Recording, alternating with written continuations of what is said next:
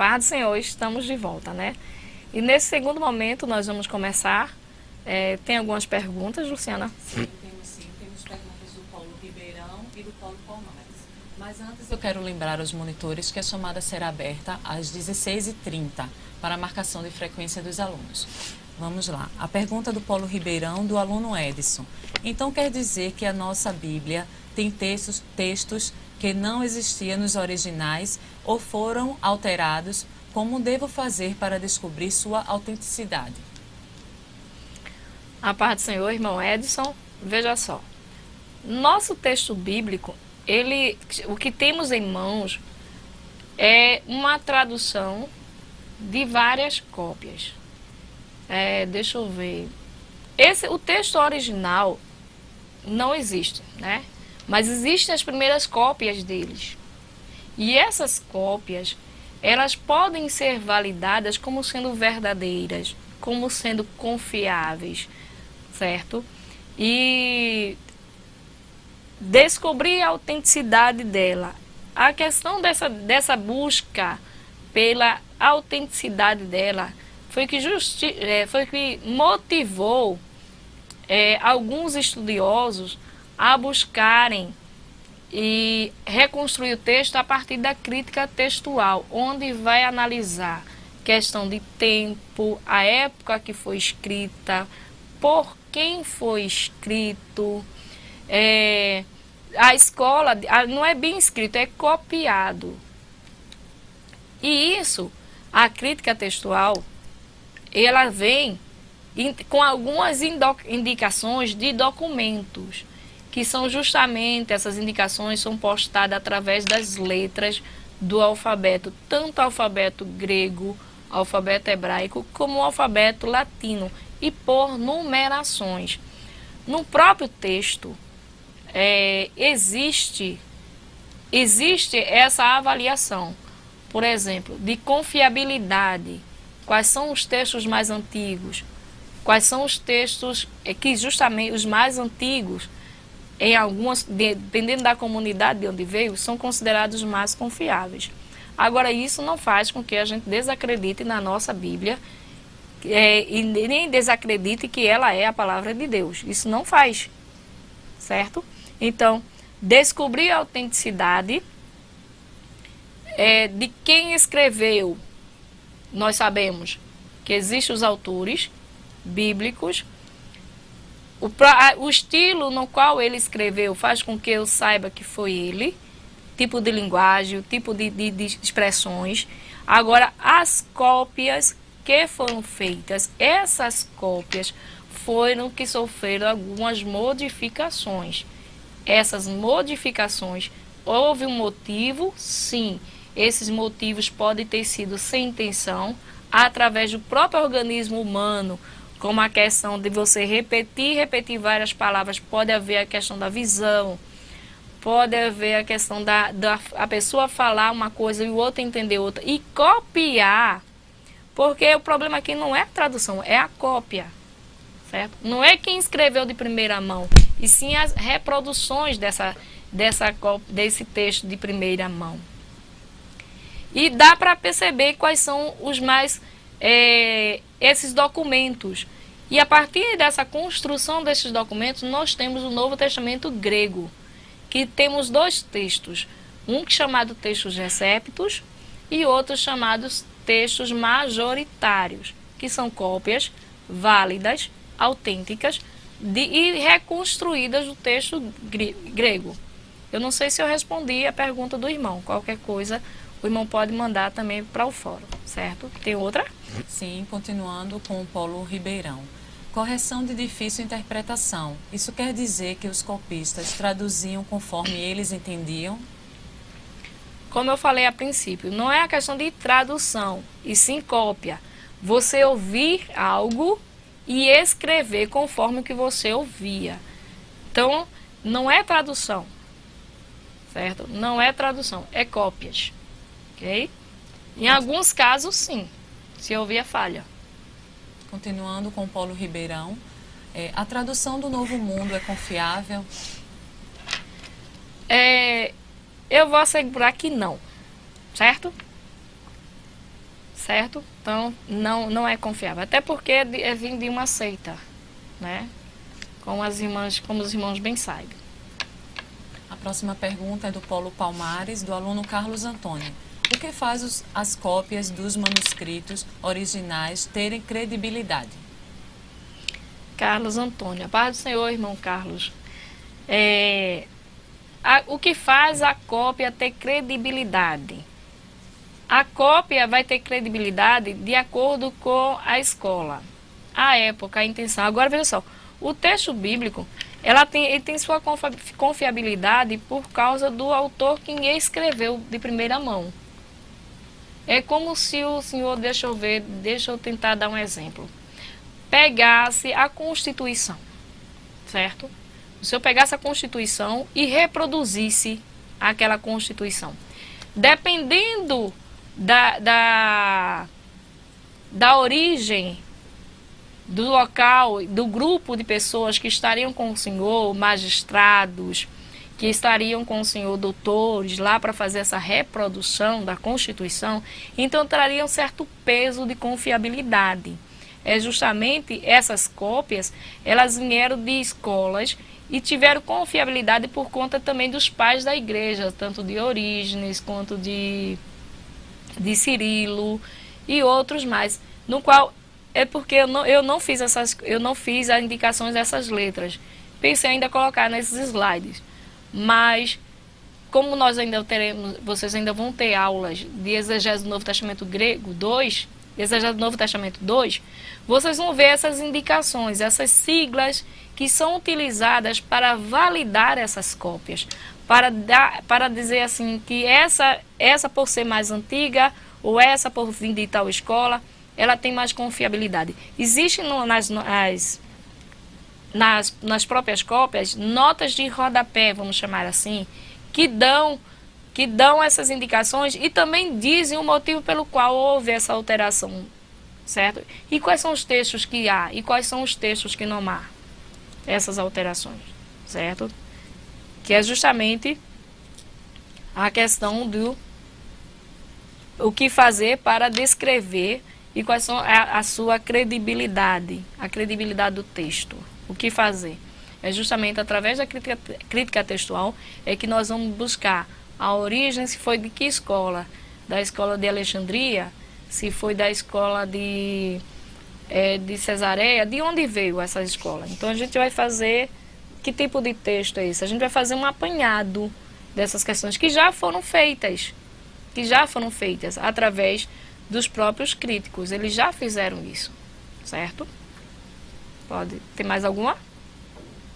Então, obrigada pela participação de todos. Se caso eu não respondi de acordo com o que vocês estavam esperando, vocês podem refazer e em um outro momento nós iremos conversar. Agora, vejam só.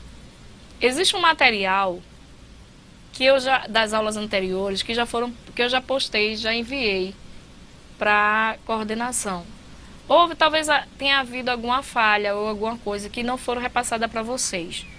Mas segunda-feira eu estarei ligando para lá para perguntar e no qual estará também essa aula de hoje. E na terça-feira à noite eu estarei lá e irei deixar um material para que a menina possa fazer uma reprodução para vocês, uma reprodução para vocês, para deixar no espaço de vocês um material para que vocês possam se apropriar de mais informações, para que vocês possam ter assim, uma visão maior até para ingressar e até para ajudar na questão do grego 2. E nesse material que eu vou deixar para vocês, pedir para que ela possa deixar, vai estar lá justamente algumas letras e algumas pistas, vamos chamar assim, de pistas e códigos que são disponíveis para testar a validade dos textos, certo? Então, com certeza, eu acredito que ainda essa semana vai estar chegando no material de vocês, vai estar chegando nas mãos de vocês. Tá certo? Tranquilo? Então, vamos voltar à nossa aula, o nosso segundo momento. Eu acho que Só um segundo. Às vezes falta um pouco de ar, né? Eu estou bem melhor da gripe, graças a Deus. Estou me restaurando melhor. Mas de vez em quando, eu acho que o ar que a gente respira me falta um pouquinho. Aí vejam só, o Novo Testamento, que é justamente a exegese dele que nós estamos estudando. Então, diz assim na tela que a chave para fazer uma boa exegese é a habilidade de fazer as perguntas corretas para o texto, a fim de captar o significado pretendido pelo autor. Boas perguntas exegéticas caem em duas categorias básicas. São as questões de conteúdo, o que foi dito, e de contexto, por que foi dito. Quando eu falo de conteúdo, eu estou tentando ver a informação que está contida lá. E quando eu falo de contexto, eu quero saber qual é a intenção que o autor daquele texto estava tentando resolver. Qual era o problema que estava vendo ali. Por exemplo, quando nós pegamos aquele texto no qual João faz questão em dizer: havia um certo homem, príncipe dos fariseus, que foi ter com Jesus de noite. Qual era a intenção de João escrever aquilo, entrar nesse texto desta forma? Qual era a intenção? Para quem é que ele estava se dirigindo, né? O que ele queria resolver naquele momento? Porque o texto bíblico, ele não foi o fato acontecendo e João lá escrevendo, não. O texto bíblico não foi assim. Os fatos aconteceram. Depois foi que eles registraram. Entendeu? Não era como se fosse um diário de bordo, que ia acontecendo, eles iam relatando. Não foi dessa forma. A não ser, vamos nem chamar de diário de bordo, desculpa até a expressão, a não ser as cartas paulinas, na qual Paulo está começando ali a escrever, justamente automaticamente indicando e doutrinando a igreja de acordo com os fatos, de acordo com o que estava acontecendo. Era justamente no momento que estava acontecendo a situação, Paulo sabia, ele começava a escrever e a doutrinar para ensinar as igrejas, diferente dos evangelhos que foram escritos posteriormente à morte de Jesus. Assim, as questões de conteúdos são basicamente de 4 tipos. A crítica textual, que nós vimos que é justamente a determinação do texto e das palavras que o autor utilizou. As informações lexical, que é o significado das palavras, o que significa aquela palavra dentro do texto. E as informações gramatical, que é o relacionamento das palavras umas com as outras. E o contexto histórico-cultural, ou seja, quando Jesus diz assim naquele texto: Lázaro sai para fora. No português, algumas pessoas dizem que isso é um erro, né? Há um erro. Porém, ali, Jesus estava diante de uma multidão que conhecia também a questão da linguagem cultural e comum entre os judeus, que essa expressão sair para fora, entrar para dentro, subir para cima, era uma questão de estilo gramatical da época e até hoje entre os judeus, que dá a ideia de uma pessoa culta. Era uma palavra que era dita pelas pessoas cultas. Sair para fora, entrar para dentro. Se vocês verem a questão da Bíblia, às vezes tem essa... E sonhou José um sonho, né? Então tem essas questões que é um estilo gramatical que é passado e que é falado pelas pessoas cultas, os magistrados da época, né? E ainda hoje em Israel, quem diz essas expressões é muito bonito e uma pessoa muito inteligente, quem fala dessa forma. Aqui no nosso Brasil, por nossa cultura ser totalmente diferente, se você chegar no meio de algumas pessoas de nível um pouquinho mais elevado e você dizer assim, se você dizer assim, eu vinha e caí uma queda, né? Ou então, eu entrei para dentro. As pessoas vão lhe ridicularizar, vão dizer que você fala errado no Brasil. Por questão que do contexto cultural, do contexto histórico-cultural.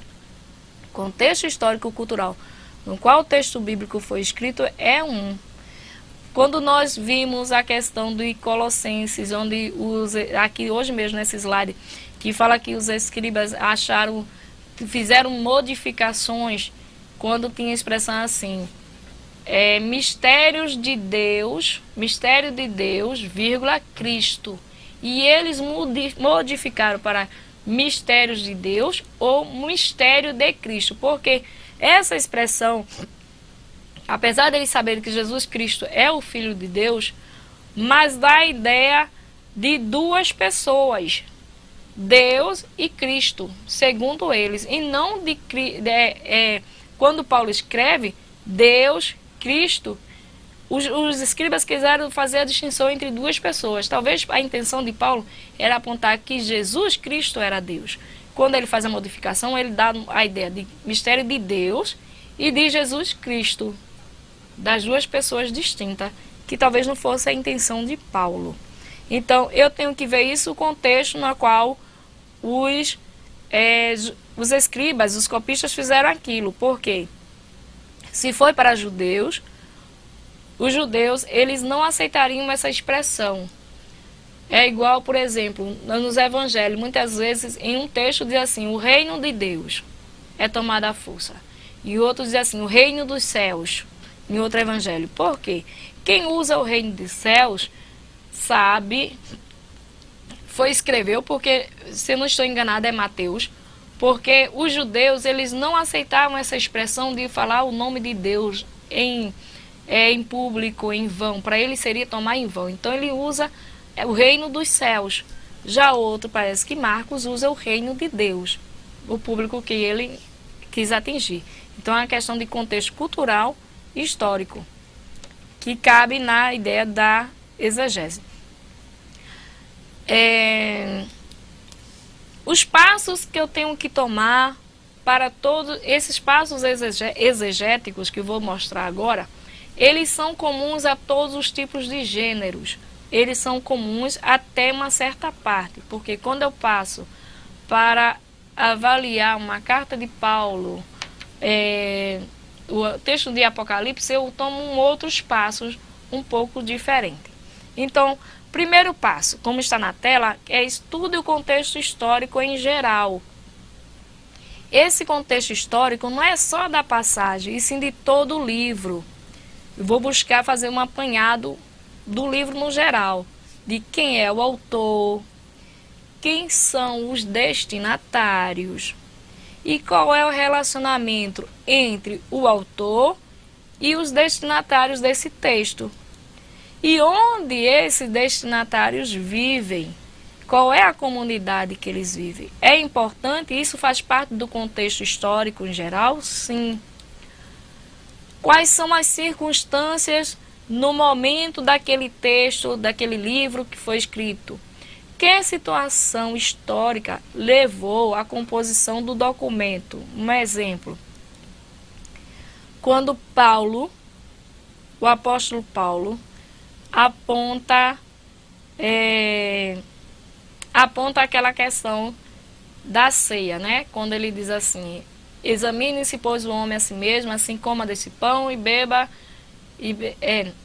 Examine-se, pois, o homem a si mesmo, porque o que come e bebe indignamente, come e bebe para a sua própria condenação. E no final do texto ele diz assim, quem tem fome, come em casa. Qual era a circunstância que estava envolvendo aquele momento ali, aquele grupo de pessoas que Paulo necessitou deixar no finalzinho desse capítulo 11, né, com relação à ceia, dizendo assim, quem tem fome, come em casa. Por que será? Então, há um contexto histórico por trás, há uma situação, há uma circunstância que envolve aquele momento, sim. A outra é que situação histórica levou à composição do documento, qual é o propósito do autor, qual é o tema geral ou a preocupação. O tema geral está ligado à preocupação do autor do texto. O segundo passo é confirmar os limites da passagem, aonde começa e aonde termina. Texto de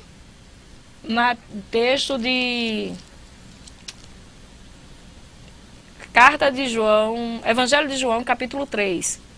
Se começa a partir do versículo 3, aquela passagem, ou começa no capítulo 2, ainda no finalzinho, aonde eu tenho que ler todo o livro para saber onde começa algo e aonde termina.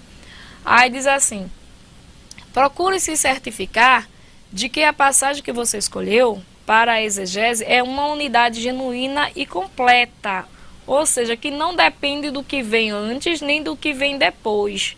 Eu tenho que ler, tá inteirada do assunto, para poder não fazer a minha exegese ou a minha análise pela metade. Aí diz assim: domine completamente o parágrafo ou perícope em estudo, que é justamente o texto no qual foi escolhido.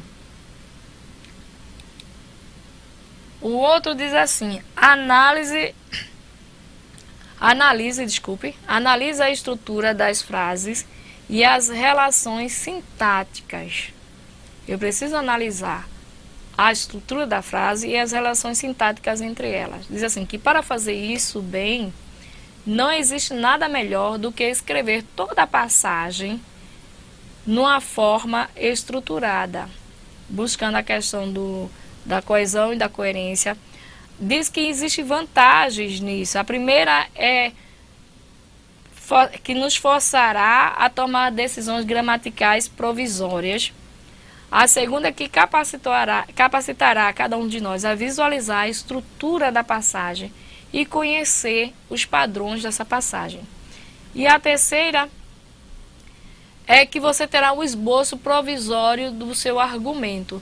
Então, eu estou estudando um texto bíblico, eu vou fazer a cópia. Eu acho que os irmãos devem estar dizendo assim: meu Deus, então para eu pregar um texto amanhã, eu teria que ter feito muita coisa.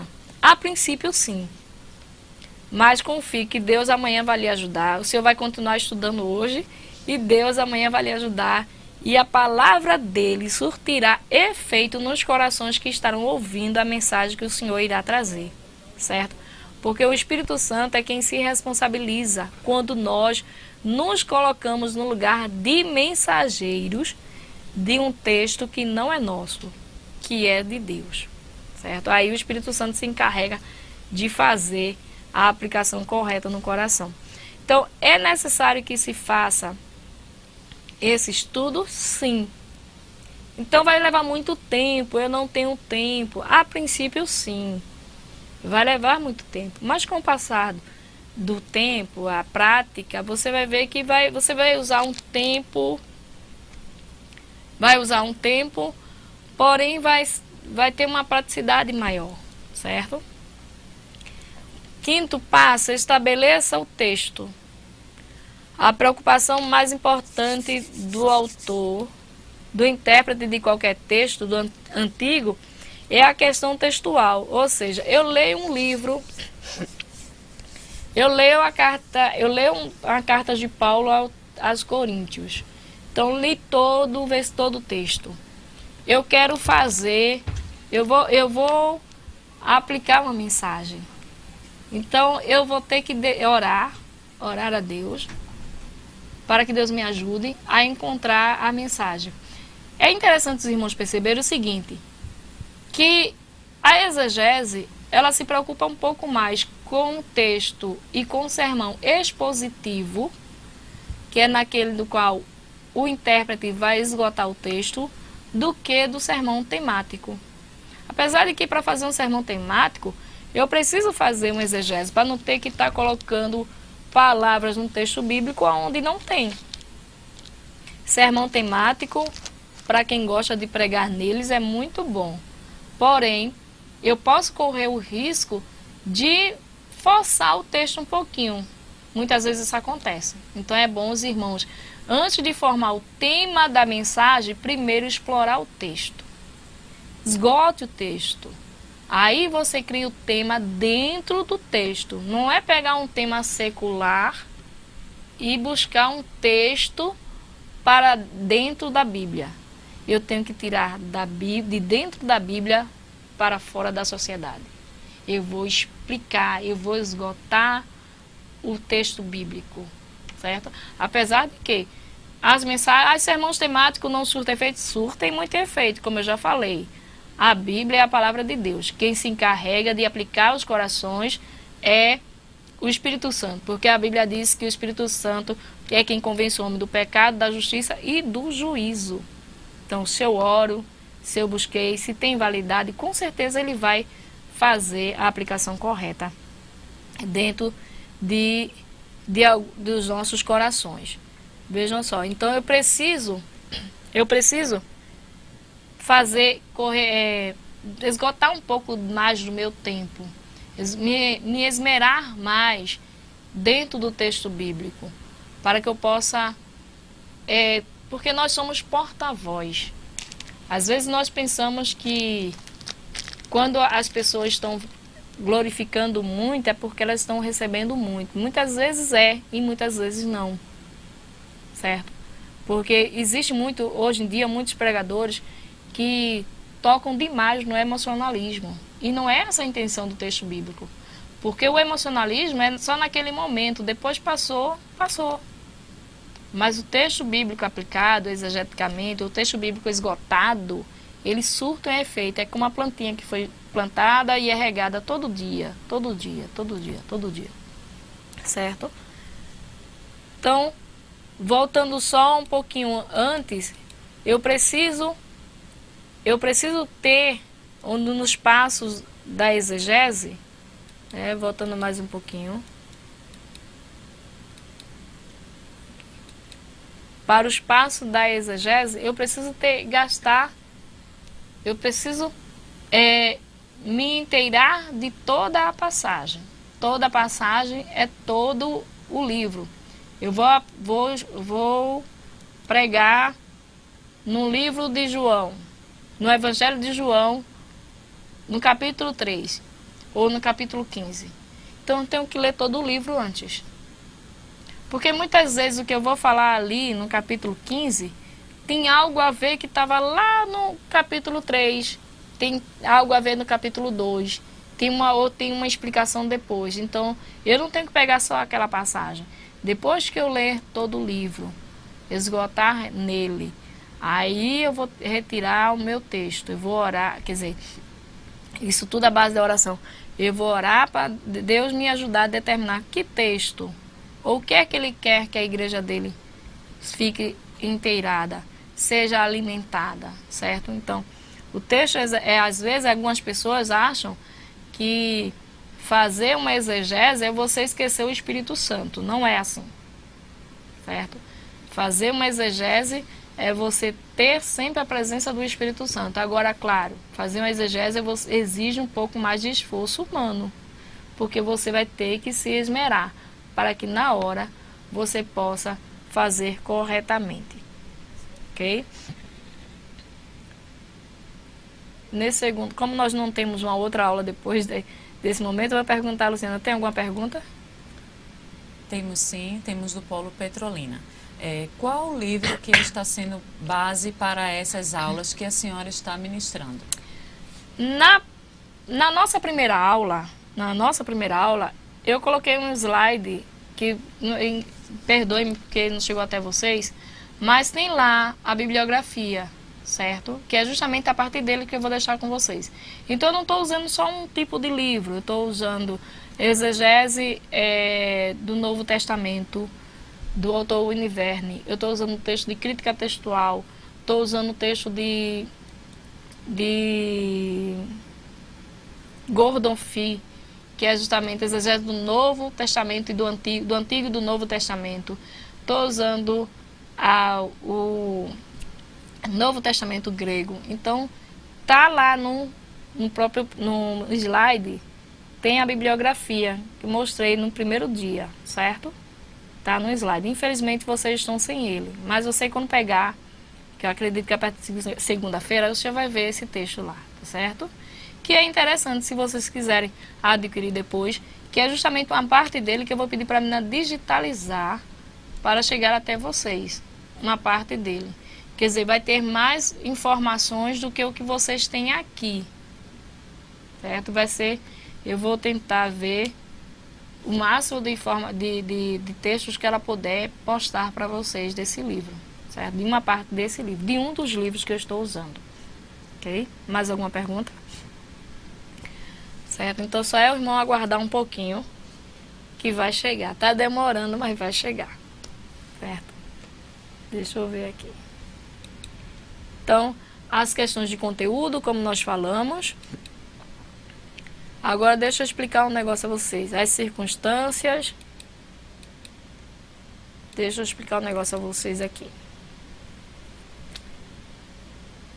Deixa eu voltar só aqui. Vejam só.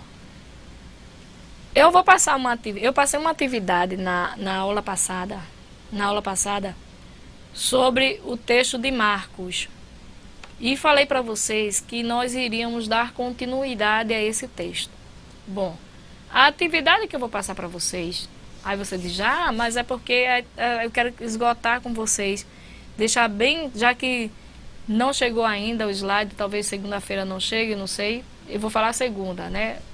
Segunda-feira à tarde. Eu não sei a hora que a menina vai postar. Mas o que eu quero dizer é o seguinte, a atividade que eu vou passar para vocês, ela vai exigir que vocês façam uma busca no material que vai ser postado, façam uma busca num dicionário, certo? E faça também uma arrumação. Isso será, vocês vão fazer a lápis, no caso digitado, no próprio computador, que é para poder enviar, certo? Aquele outro do texto de Marcos vai valer também, juntamente com esse. Tem algo que vai ter que envolver o texto de Marcos, porém tem outras coisas que não vai envolver. Aí, como disse, vejam só. Vocês vão ter que, no texto, no slide que foi apresentado, lembram que eu mostrei algumas palavras que não tinham tradução. Eu disse até a vocês que era proposital. Deixa eu mostrar quais são as palavras aqui. Cadê? Deixa eu ver, porque eu deveria ter grifado elas, mas eu não grifei. Deixa eu ver aqui.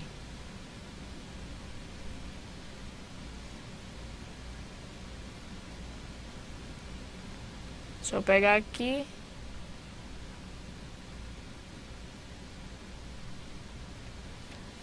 Essa palavra aqui. Deixa eu pegar aqui um lápis, voltando ela só um pouquinho. Deixa eu pegar aqui o lápis vermelho mais uma vez. Essa palavra aqui. Certo? Vocês vão buscar essa daqui também. Vocês vão buscar a tradução delas. Okay? Vão buscar a tradução dela e vão fazer o texto, colocar ela no texto e ver qual é a implicação que tem se ela permanecesse nesse texto, certo? No texto de Marcos, em vez dessa palavra aqui, essa daqui. Qual seria a diferença? O que é que estaria de diferente? E vocês vão fazer um relato ou uma... Vocês vão fazer um relato ou uma análise... Deixa eu ver o que foi que eu pedi. Isso. Vocês primeiro vão traduzir as palavras gregas que não tem tradução, que eu não coloquei a tradução. Depois vocês vão descrever o entendimento que essas palavras teriam, ou como o texto ficaria se essas palavras estivessem. Nos outros textos elas estarão. Tem manuscritos que permanecem com ela. Porém, qual é a alteração? Qual era o sentido que daria? Vão fazer também uma síntese de qual é o papel do exegeta. Qual é o nosso papel? Qual é a nossa finalidade, né? E vão saber qual é o valor da crítica textual para a exegese. Que valor ela tem? Qual é a finalidade, qual o peso dela, da crítica textual, na exegese? Qual é a importância que ela tem? E vão pegar o texto de Marcos 2, do 15 ao 17. Primeiro vão ler todo o texto. todo o texto, todo o livro de Marcos, do Evangelho de Marcos. Depois vão seguir esses passos aqui. Cadê? Aqui. Vão fazer esses passos aqui. Ver o contexto histórico, escrever quem é o autor do livro de Marcos, para quem foi que Marcos escreveu, qual era o relacionamento entre Marcos e os ouvintes, onde essas pessoas na qual o texto foi destinado viviam, quais são as circunstâncias no momento pelo qual o texto foi escrito, que situação histórica levou à composição do documento do Evangelho de Marcos. E qual é o propósito desse autor? Qual é o tema geral ou preocupação do autor nessa passagem? Vocês vão fazer isso do livro de Marcos para completar a atividade da aula anterior, que foi justamente a ideia de tradução e análise da tradução. Que eu pedi para vocês fazerem a comparação do texto de Marcos 15. Aí vocês vão dizer, mas só que nós não tivemos. Aí não estávamos com slide, não vimos, né? Algumas pessoas talvez tenham feito, outras não. Não vou subestimar todas. Mas aí vocês vão ter mais ou menos um mês, eu acho, para postar essa atividade, né? Hoje são o quê? Hoje são 7 de março. Então, digamos que vocês peguem esse texto ainda essa semana, lá para quinta ou sexta-feira. Pegando esse texto, você tem até sábado 21, não vai haver aula, né? Sábado 28, na semana do sábado 29, que já vai da segunda-feira 30. Segunda-feira 30. Dessa semana 30, vocês postam para mim essa questão, essas atividades. Ou assim que terminarem, se terminarem antes, podem postar antes também. Certo? Tem mais alguma pergunta? Temos sim, temos uma pergunta do Polo Goiânia, do aluno Cícero. De acordo com Atos, capítulo 9, versículo 17, Juízes, capítulo 15, versículo 14, e também Atos, capítulo 2 e versículo 4, gostaria de saber a exegese sobre a questão do sentido que diferencia cheio do Espírito Santo e batizado no Espírito Santo. Por exemplo, só recebe o dom do Espírito Santo aquele que é cheio do Espírito, ou que foi batizado no Espírito, ou ambos. Irmão Cícero, o senhor agora me lembrou do professor Saulo, né? O professor Saulo, ele fala muito essa questão, assim, do dom do Espírito, que o dom é dom de Deus, né? Que sempre fala essa questão. Veja só. Para fazer uma exegese, não é algo momentâneo. O senhor está querendo entender, eu acredito, que qual é a diferença entre ser batizado com e no. Bom, apesar de que para a gente, no nosso entendimento, há uma diferença entre a expressão com e no grego, nesse texto, ser batizado com e no tem o mesmo sentido. Porém, a manifestação de línguas é só para quem é batizado, certo? É só para quem é batizado. Agora, deixa eu lembrar qual foi o texto de Atos quanto, que eu ia pegar na hora que tá. Atos quanto, Luciana, que ele falou? Só um momento. Eu vi Juízes e Atos, aí eu queria ver a relação. Atos capítulo 9, versículo 17. 9 e 17. Também Atos capítulo 2, versículo 4. 9 e 17, Ananias foi quem?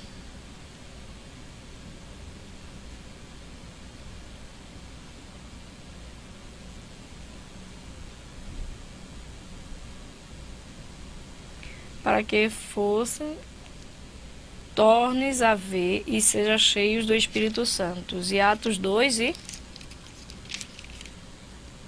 2, versículo 4. 2 iguais. Todos foram cheios do Espírito Santo e começaram a falar noutras línguas, conforme o Espírito lhe concedia. A expressão que o irmão está falando é só por conta da expressão cheio do Espírito Santo, porém com finalidades diferentes, certo? Porque que no texto de... E logo lhes abriram os olhos como tinham umas escamas e recuperou as visões e foi batizado. Com licença, professora. Ele postou uma observação. Ser cheio no Espírito Santo ou batizado no Espírito. Quem recebe os dons? Minha pergunta é quem recebe os dons? Quem recebe os dons? Meu irmão, na lição dos dons, os dons são do Espírito. A partir do momento que você é uma pessoa salva, certo? Que passa a ter o Espírito Santo de Deus, você tem os dons. Agora, no caso, eu acredito que o irmão está querendo falar naquela questão dos dons de curar, dons de... Se uma pessoa só pode ter os novos dons, que existe uma questão aí. Né? Quem recebe os dons são aqueles que estão ligados com o Espírito Santo. Porque os dons, né, do Espírito, se há o batismo no Espírito Santo, há os dons. Agora, manifestações dos novos, aí numa pessoa só não tem. Entendeu? Porque a Bíblia é bem clara nessa repartição desses dons, certo? Quem não recebe dons é quem não é batizado, quem não tem o Espírito Santo na vida.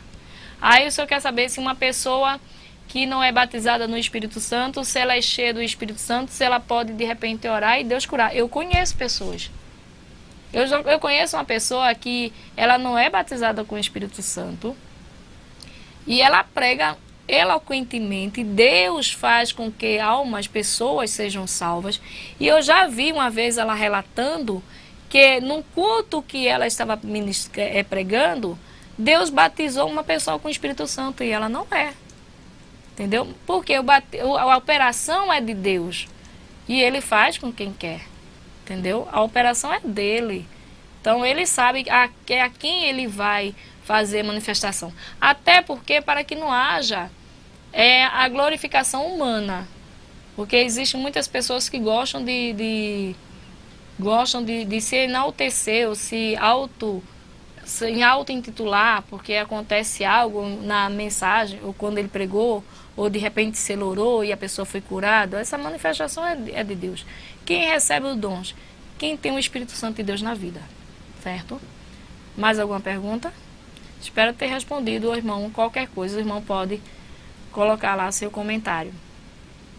Certo? Então, assim, voltando só à questão do que nós estávamos falando do capítulo 3, capítulo 2 de Marcos. Marcos 2. Marcos 2.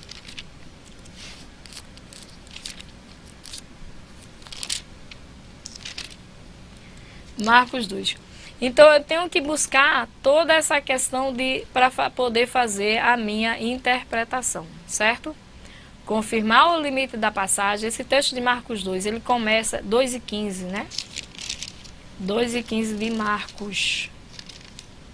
Esse texto de Marcos começa a partir do versículo 15 até o 17. Eu não devo confiar nas epígrafes. Quando eu digo determinar o texto, ver os limites dela, onde ela começa e onde ela termina, você pode dizer, mas a Bíblia já traz, porém eu não devo confiar, porque quem fez toda a epígrafe tem a ideia do próprio tradutor. No caso aqui, o tradutor tinha uma intenção, lê o texto, ele fez a divisão do texto.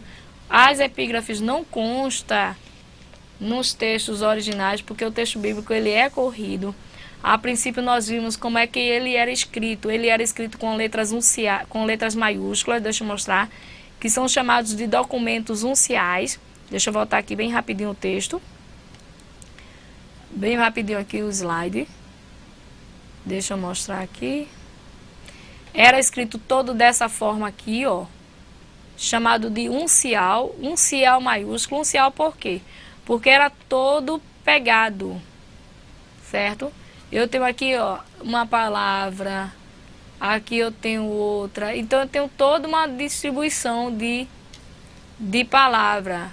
Aqui, com certeza, é um verbo, né? O verbo escolher, no caso que está na voz ativa. Tá, a tradução está aqui do lado, tendo escolhido. Então, eu tenho uma expressão que todo o texto, imagina todo o texto bíblico ser escrito dessa forma aqui, em maiúsculo e tudo pegadinho. Então não tinha espaço para epígrafe. Com as separações, onde começaram a colocar os acentos, as acentuações, houve a questão de espaçamento de palavras. Então toda a reestruturação do texto, que é a partir daí, nessa reestruturação, que começa a ver essas falhazinhas nas cópias.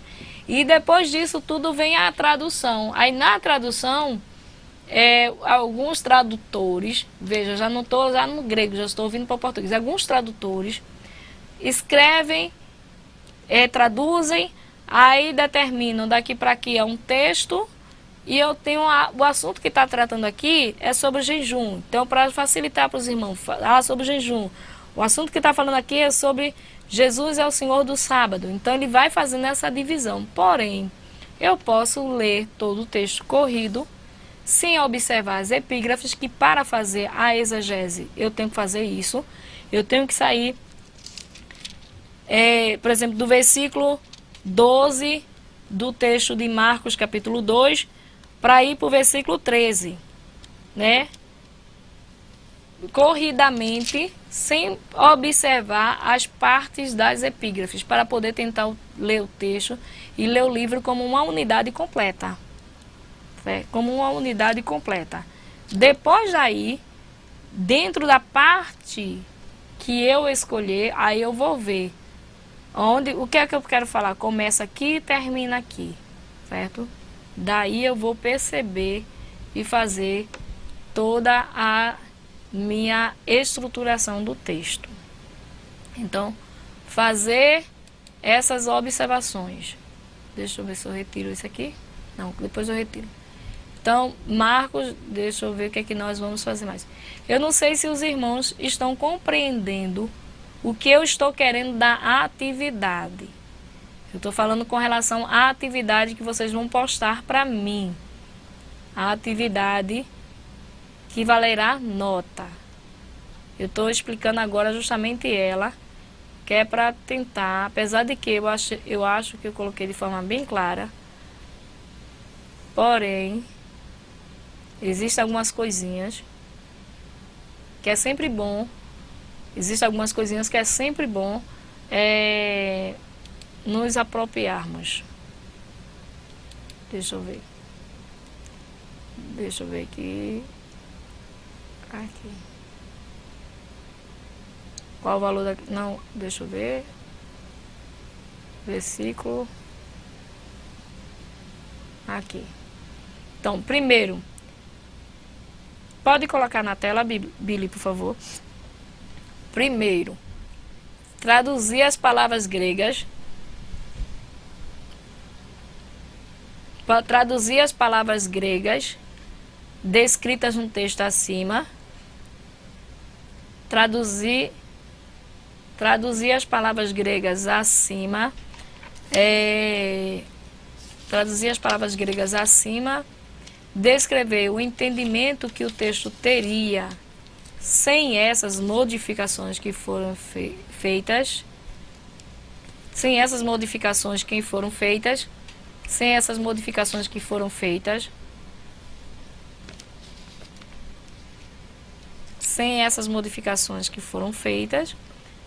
E fazer uma síntese sobre o papel da exegese e o papel do exegeta, certo? Qual a diferença? Fazer uma síntese. Por isso que vocês vão pegar, eu vou pedir para que vocês façam, a menina faça uma postagem do material, porque vocês não vão se prender só ao que está escrito aí no slide, vocês vão buscar no livro também. Então, qual o papel do exegeta? Né? Você como sendo exegeta. Qual é o valor da crítica textual para a exegese? Para a exegese do texto que você está fazendo, para a exegese de todo o processo, né? Os passos os passos que a exegese tem,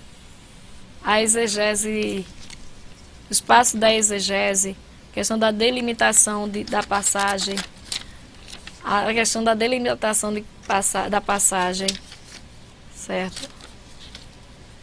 E temos que fazer todas essas observações, certo? O gênero textual, qual é o gênero que você está usando?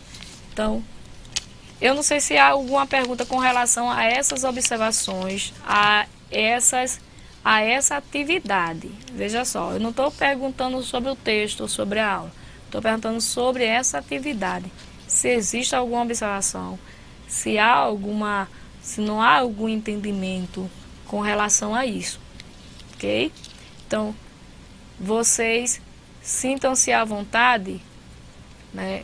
No caso, vocês têm um espaço que é destinado a vocês para que vocês possam postar essas atividades. Dentro desse espaço é que vocês não precisar enviar para a STEADEB para que possa trazer. Eu vou tentar corrigir elas, apesar de que eu não gosto muito de ler na tela do computador, mas eu vou tentar corrigir elas na própria tela, tá certo? Vou tentar fazer essa coisa, porque problemas pessoais mesmo, eu não sou muito chegada de estar lendo. Tanto é que meus livros são papéis, eu tenho livros em PDFs, mas eu gosto de livro papel. Gosto de ler no papel, não sou muito chegada na tecnologia não, mas vocês vão ter que postar no espaço de vocês, certo? Então, tem alguma pergunta com relação à atividade? Nenhuma pergunta com relação à atividade. Bom, meus irmãos, então a nossa aula de hoje, ela vai começando a se encerrar por aqui, certo? Eu deixei um texto para que vocês, 2 textos bíblicos para que vocês meditem nele. Um é Provérbios 4 e 7. O outro é 1 Timóteo, primeira carta de Paulo a Timóteo, capítulo 4, do versículo 6 ao 16. Eu vou ler para vocês, apesar de saber que vocês sabem ler e conhecem esse texto muito bem, mas eu gostaria que vocês abrissem suas Bíblias e lessem comigo, certo? Provérbios 4, do 4 ao 7. Versículo 7. Provérbios 4, versículo 7. Às vezes a Bíblia aqui aparece nunca ajudar. Diz assim: a sabedoria é a coisa principal. Adquire, pois, a sabedoria. Sim, com tudo o que possuis, adquire o conhecimento. E Paulo escrevendo a Timóteo, ele diz o seguinte, na sua primeira carta. Perdoe-me aqui. Deixa eu pegar aqui. Sua primeira carta, no capítulo 4, do versículo 16, 6 até o 16, diz assim: portanto, essas coisas, propondo essas coisas aos irmãos, serás bom ministro de Jesus Cristo, criado com as palavras da fé e da boa doutrina que tens seguido. Mas rejeita as fábulas profanas e de velhas, e exercita-te a ti mesmo em piedade, porque o exercício corporal para pouco aproveita, mas a piedade para tudo é proveitosa, tendo a promessa da vida presente, a qual que há de vir. Essa palavra é fiel e digna de toda aceitação, porque para isso trabalhamos e lutamos, pois esperamos no Deus vivo, que é o Salvador de todos os homens, principalmente dos fiéis. Manda essas coisas e ensina-as. Ninguém despreza a tua mocidade, mas seu exemplo dos fiéis, na palavra, no trato, no amor, no espírito, na fé, na pureza. Persiste em ler, exortar e ensinar até que eu vá. Não despreze o dom que há em ti, o qual te foi dado por profecia, com a imposição das mãos do presbitério. Medita essas coisas, ocupa-te nelas, para que o teu aproveitamento seja manifesto a todos. Tem cuidado de ti mesmo e da doutrina. Preserva estas coisas, porque fazendo isto te salvarás, tanto a ti mesmo como aos que te ouvem. Então a recomendação do apóstolo Paulo aqui é também para que tenhamos, para que tenhamos cuidado, né? Quando estivermos estudando, quando estivermos adquirindo conhecimento, para que não venhamos a nos desviar daquilo no qual nós aprendemos, daquilo que da nossa comunidade, para que não venhamos nos desviar dos ensinamentos que nós aprendemos e de quem nós aprendemos, que é do Senhor Jesus Cristo, né? Para que não venha Provérbios, capítulo 3, versículo 5, diz assim, é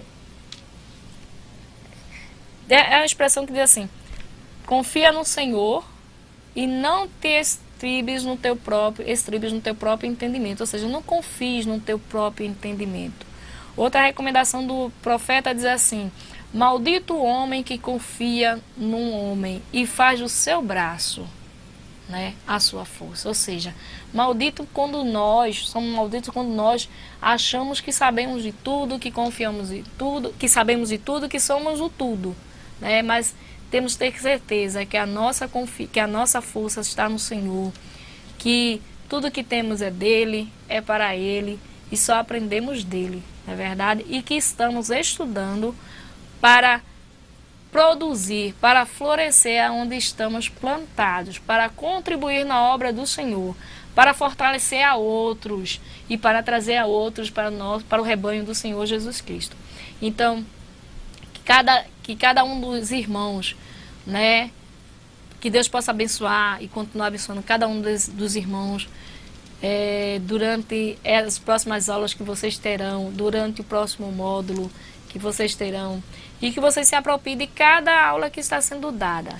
Que Deus possa continuar abençoando a cada um de vocês. Passar para a Luciana, porque ela tem uma palavra. Antes, o Paulo Ribeirão, professora, diz que o tempo para entrega da atividade está curto. Está curto. No trabalho. E pergunta se a senhora pode alterar a data. Posso alterar. Agora, qual seria a sugestão? Ele coloca alguma sugestão de data? Não. Porque, no caso, seria dia 30, né? Eu estou sem nenhum calendário aqui. Dia 30, essa semana que vem é a semana 20 ainda. Então, seria de hoje a 15, seria 28. Não. De hoje a 15 é 21. Veja só, de hoje a 15 é 21. Então, de hoje a 20 dias é 28, né? Aí, de hoje a 20 dias é 28, isso. Né? Então... Dia 30 é segunda-feira. Então, será que eles queriam um mês? É isso? Ele tem alguma sugestão de data? Não, ainda não. Se o irmão tiver alguma sugestão de prazo, acho que um mês, deixa eu ver. Pode ser. Também diante da demora do que vocês tiveram dos slides e a paciência que vocês tiveram, né? Demonstraram. Então, pode ficar o seguinte. Dia 7 de abril, né? Porque faz justamente um mês. Hoje é a última aula. Dia 7 de abril vocês postam para mim, certo? Agora, vejam só, dia 7 de abril, viu? Essa é a intenção, certo? Mais alguma coisa, Luciana? Não sei se ele... despedir, né? Agradeço a participação de todos. Tenham um bom final de semana e até a próxima aula.